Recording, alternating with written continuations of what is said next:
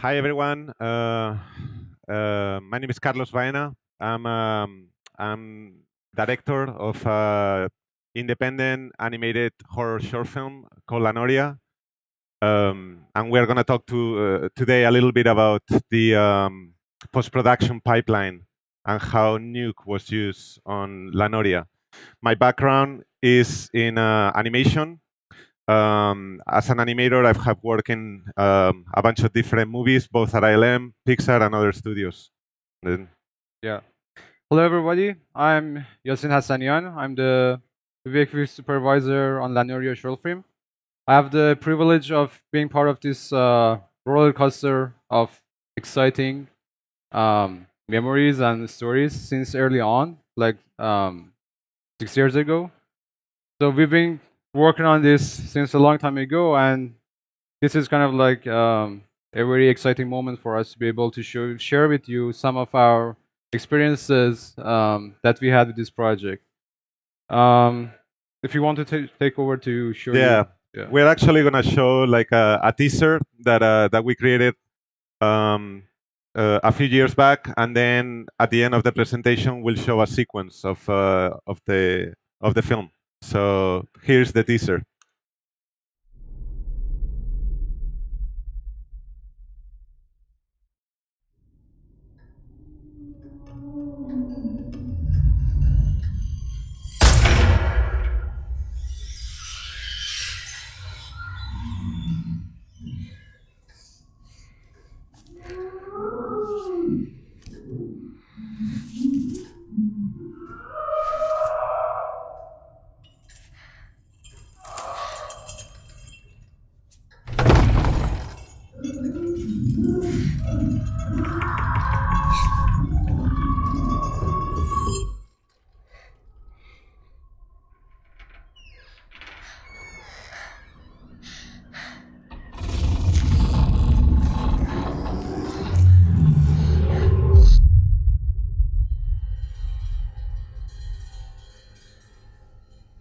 So we've been working on this project for the last 7 years, and it's been a labor of love, passion project, and I wanted to have Yasin talk about the post-production part of the pipeline.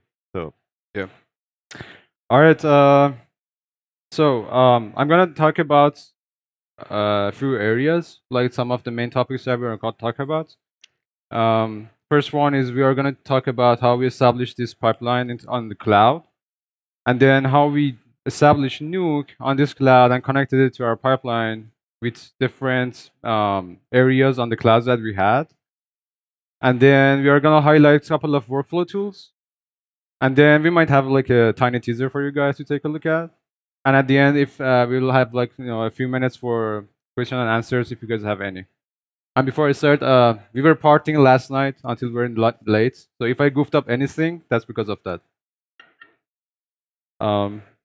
By the way, and under each slide, you may see some names. These names are like the primary contributors for those sections that I'm gonna talk about. Because these people like being putting their hearts and passion into this project, and this is like the least thing we can do for them to credit them. Oops, yeah. So in order to establish the pipeline cloud, we basically had three main areas we needed to connect. We had Artella, which was our main, let's say, pipeline for on the Maya side, which we had the shots, we had the Maya. I mean, basically whatever that related to Maya and the tools that we had in it, and then also the Arnold stuff like that. And then on Shotgun, that was our project management tool. And then we also had the render farm. So we needed to establish something that an artist, whoever working on his home or his place, they could easily just connect to this pipeline, connect to this cloud, set it up easily, and then be able to work on this seamlessly. We looked at a couple of cloud storages from the ones that were available. For example, Dropbox, Box, and stuff like that. The one that we found that was more working best for us was Box, because it gives you a couple of cool features, such as the sync app. It has decent API you can use to set up your own pipeline, and you also then the price policies, I mean the policies that it gives, such as the way it shares the file. For example, on Dropbox, when you share a file, it's also using the storage of the person that's using the his own account. So, and also it was the cost. It was a lot for in the project like this, which the widget is almost very short, almost none. We needed to make sure that we are making it as most cost effective as possible. So then once we had decided that we are using Box to set up our own, the entire compositing pipeline from scratch, we needed three main, we had three primary needs. First one was the applications that we wanted to use on this was Nuke. We needed to set up Nuke on this pipeline, I mean on this on Box. Then for project management, we need to make sure that we have like some path manager in order to be able to connect different parts of the path. For example, anytime that the user sets up the tool on his machine, the path, all of them gets resolved to the machine, to the user's machine, and then some version controlling. So just just the basic stuff that you need to have for any project in order to be able to finish it. And then also the access for users, setting up permissions so that the project doesn't go out of whack all of a sudden. And then we also needed definitely to have like a system for development of the tools, which was Git. And of course, the last one would be the shotgun integration that we needed to connect the tools with shotgun and the project that we were just trying to take care of. So then we connected Box to Render Farm, which was Sumus, and also there are our sponsors, and Shotgun and Artella. One important part was that making sure that every part of this process would be as efficient as possible for every user, because we are using each user's local storage. So we needed to make sure that if the users are using our pipeline, we are not abusing their storage or their machine limits. So with that said, the ideology we kind of had in mind since trying to establish this was that for each shot we would assign a shot to an artist. The artist would do the lighting on that shot. Once he was ready to submit it for rendering, he would submit the render job to Sumus, which was the render farm. The shot would get rendered, and then it would get synced to Box.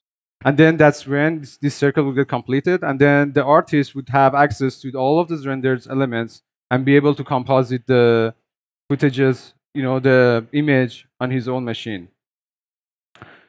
So now that this was set up, we were really keen on using Nuke absolutely from the beginning. And here I'm going to talk about 4 main sections that we needed to maintain. And the first area, we wanted to make sure that the Nuke pipeline we are setting up is going smoothly, which was making it cross-platform. So the cross-platform, we had tools for both Mac and Windows. And the hard thing about this is that each user that is joining the project, each one is using his own or her own machine with different Windows versions, and sometimes you'll see different unexpected events you may not even predict. So it makes it really hard to make sure that you are relying on someone's machine that you have no idea what it contains, and you are trying to set all this pipeline remotely.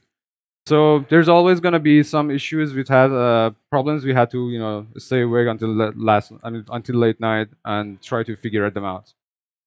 And of course, again, the pipeline had to be pretty easy to set up for every user in order to be able to join the project. And then sometimes maybe developing on Windows could be a bit hard, and it gave us sometimes some rough times on Windows. I don't know why it gave us this. That was as many times throughout the production. Yeah, that was many times. So yeah, and then so the next one was we had to set up a launcher. This is actually our exact launcher, the icon for Nuke that we set up. Even you can see the boy there. So we need to create our own launcher in order to connect all of these different parts together. So we had box, we had shotgun, we had Artella, and also all of the tools which was on Python or any other things that dependency that we had. So we created our own launcher, and each user was using this launcher to open open Nuke and be able to start working on their own shots. So the way we were trying to do the compositing on shots was that basically in the industry, the way it works is in this industry, there's always like this order from top, get to the artist, and the artist has no choice in choosing what task they want to work on. So they are given the task they want to work on, and they have no option. Here on this project, because it was voluntary, we really needed to make sure that we keep artists as engaged as possible. So one way, I mean, the least thing you can do is just ask their opinion, what shot they want to work on, and when you get some good feedback that yeah, this guy wants to work on this shot, and we gave the shot, I mean, if we could, to that guy, and he was making happy. And then once the artist was assigned the task, he would start basically compositing the shots. We had multiple templates for each of. We had 4 sequences in the entire film. For each sequence, we had like templates that were done by some artists. And then on the left side, you can see that we had just a raw template. It was being shared with all of the sequences. The artist would have access, the actual lighter, would have access to this template, work on this shot, and then make it to something like this, which is like the final comp on that shot. And a lot of people were also involved with this project, this process, both for the templates and the compositing. Now, if we go deep inside the template, we had like a system called LN templates. This one was maintained by multiple artists. And one of the things that we needed to make sure that we have for each template was the readers, the writers, such as when you are working on cloud, you need to make sure that the readers where you are grabbing footage from is all relative to box. The user doesn't have to go through, find the shots, or the render DXRs in order to be able to use that. So we had the custom readers, custom writers. We had some render layer presets. A user could always just use whatever presets they had. I mean, whatever presets we had selected for shots, and then be able to use that. And we also had, a customized setup for PG bokeh in order to be able to set up better. And this guy who's sitting here, this is our champion.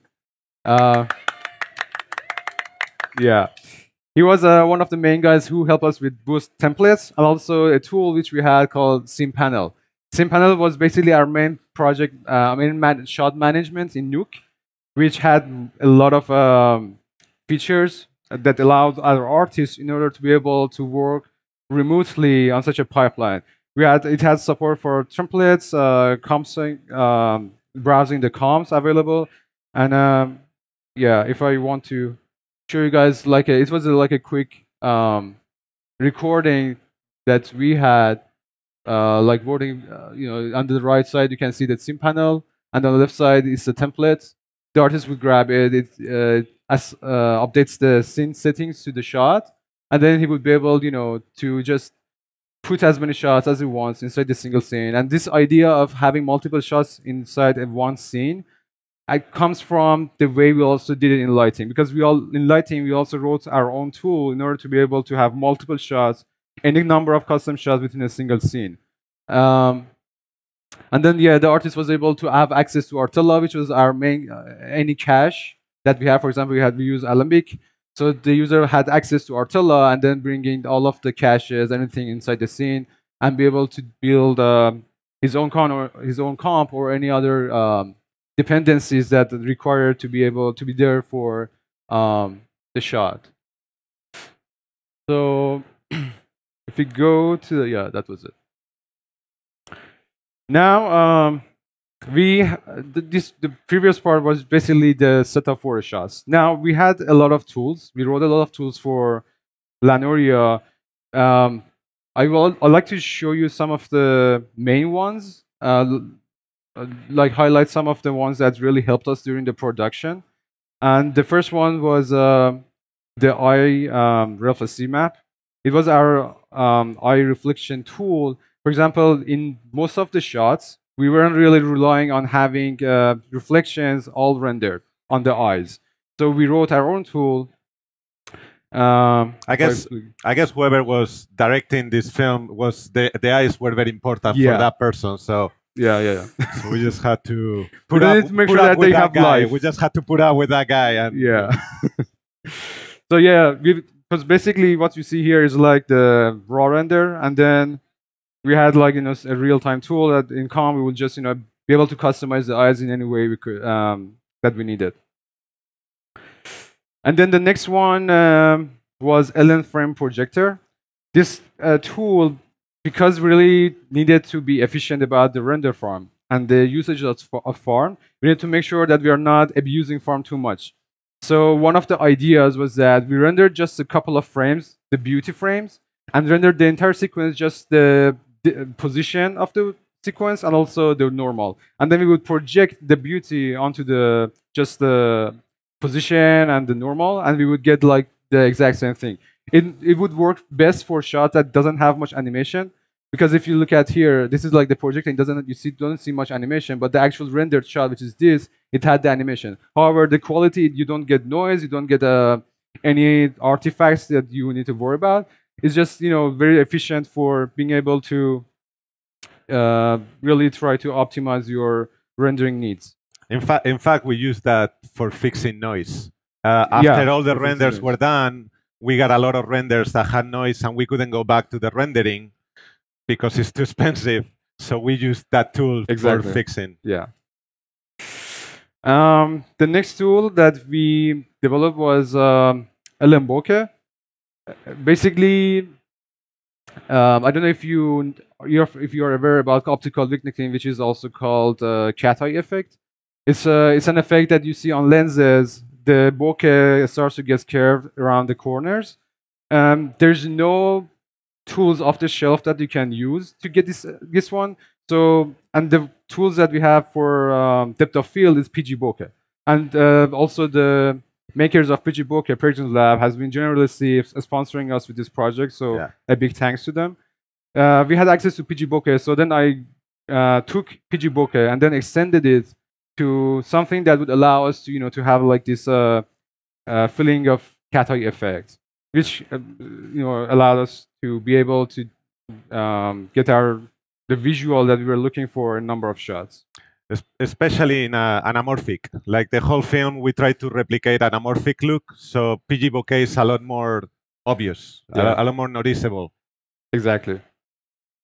And then the last one, but not, the last but not least, is cloth replacer. I can't tell too much about this one because this is part of the story. But we needed to have like a system in order to be able to change the texturing and lighting of rendered assets all within comp. So this is like an appearance reconstruction system. It does the relighting is pretty obvious. You have light groups that you can use. It's also in most of the renderers. In Arnold, in V-Ray, you have light groups. Also, the retexturing of this, we could basically just render the middle image is the single input, and then we would use that single input and be able to generate all of this all within comp. None of them were rendered. These are all changed within comp, and the retexturing and relighting. It allows us to do a lot of fast iterations in comp and proceed a lot faster instead of just relying on Maya and do a lot of iterations on there, which would cost a lot because we had to keep rendering to see the result. Colors may have some nodes. For example, this look is not good, let's change that. We had to go back to rendering, which would take a long time. So yeah, that kind of that was very compressed about this talk. That's the little film that feels like a giant beast. We had the private screening yesterday, and the room was full of emotions and cries and tears because it was the first time we screened this for our own crew. So we really can't wait for this to go out and for the world to see what we've been keeping our heads busy. And we have some of the crew in here. So again, big thank you to those of you from the crew that are here that have lived through this for many years. So yeah.